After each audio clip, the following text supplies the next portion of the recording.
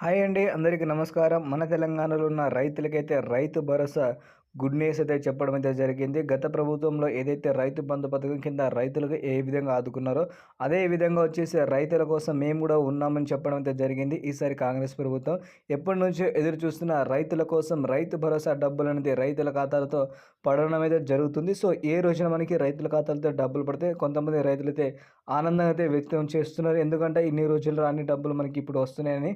So, చాలామంది అయితే హ్యాపీగా అయితే ఉన్నారు కాబట్టి, సో ముందుగా వచ్చేసి ఏ జిల్లాల వారికైతే డబ్బులైతే పడతాయి, అదేవిధంగా సెకండ్ రౌండ్ వచ్చేసి ఏ జిల్లాలో అయితే పడతాయనేది మనమైతే ఈరోజు ఈ వీడియోలో అయితే తెలుసుకుందాం. సో ముందుగా మీరైతే మన ఛానల్కి అయితే సబ్స్క్రైబ్ చేసుకోండి.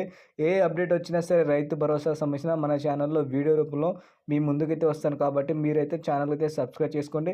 అదేవిధంగా చిన్న రిక్వెస్ట్ ఏంటంటే ఛానల్లో సబ్స్క్రైబ్ చేసిన తర్వాత ఈ వీడియో నచ్చితే మాత్రం వీడియోని ప్లీజ్ ఒక లైక్ చేసి సపోర్ట్ అయితే చేయండి. సో ముందుగా చూసుకుంటే మన తెలంగాణలో గత ప్రభుత్వం ఏదైతే రైతు బంధు పథకం తీసుకొచ్చిందో మీకు తెలిసే ఉంటుంది.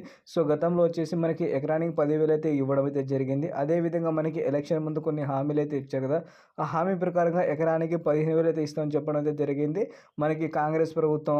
అంతకుముందు కాంగ్రెస్ నేతలు, ఈసారి వచ్చేసి మనకి అది గెలిచిన తర్వాత కాంగ్రెస్ ప్రభుత్వం వచ్చేసి రైతు భరోసా పథకం అయితే అమలు అయితే తీసుకొచ్చేసింది.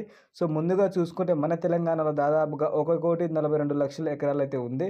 సో దీంట్లో భాగంగా సన్నకారు రైతులు మాత్రమే సెలక్షన్ చేసి వీళ్ళకే ఈసారి రైతు భరోసా ఇవ్వాలని మనకైతే సీఎంగా రేవంత్ రెడ్డి గారు ఒక నిర్ణయం అయితే తీసుకున్నారు. సో దాంతోపాటు కొన్ని జిల్లాల వారికి అయితే లిస్ట్ అయితే ఉంది. మీకైతే ఈరోజు ఈ వీడియోలో అయితే చెప్తా కాబట్టి వీడియోని ఎండ్ వరకు చూడండి.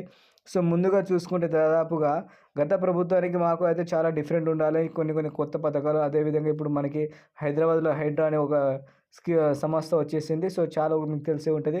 ముందుగా చూసుకుంటే రైతుల కోసం రైతు భరోసా డబ్బులు అనేది జూన్లో రావాల్సిన డబ్బులు అయితే ఇప్పుడు దగ్గర రాలేదని చాలామంది అయితే అంటున్నారు. సో అదేవిధంగా మనకైతే తెలిసింది.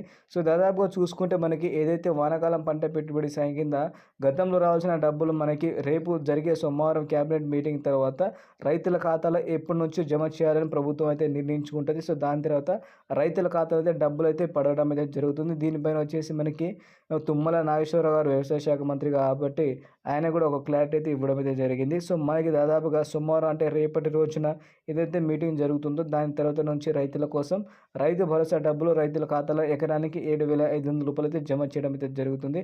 సో మీకు కనుక వచ్చే వారంలో అయితే డబ్బులు అయితే వస్తున్నాయి కాబట్టి వచ్చిన తర్వాత మాత్రం ఈ వీడియో కింద కామెంట్ అయితే చేయండి.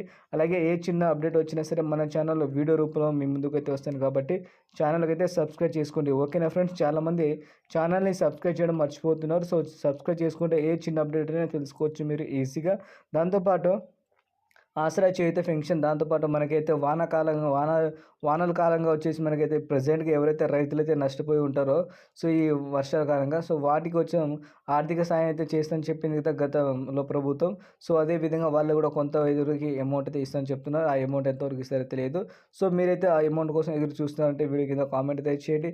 అలాగే ఏ లేటెస్ట్ అప్డేట్ వచ్చినా మా ఛానల్లో వీడియో రూపంలో మీ ముందుకైతే వస్తాయి. వీడియో నచ్చితే లైక్ చేసేయండి. Thank you friends.